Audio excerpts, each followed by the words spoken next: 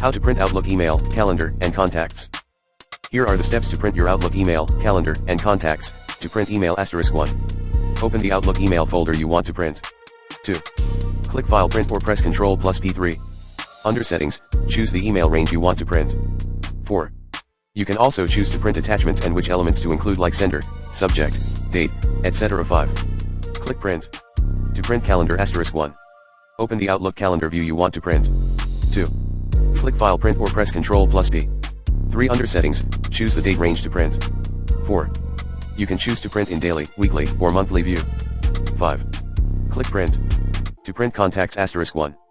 Open the Outlook contacts view. 2. Click File Print or press Ctrl plus P3.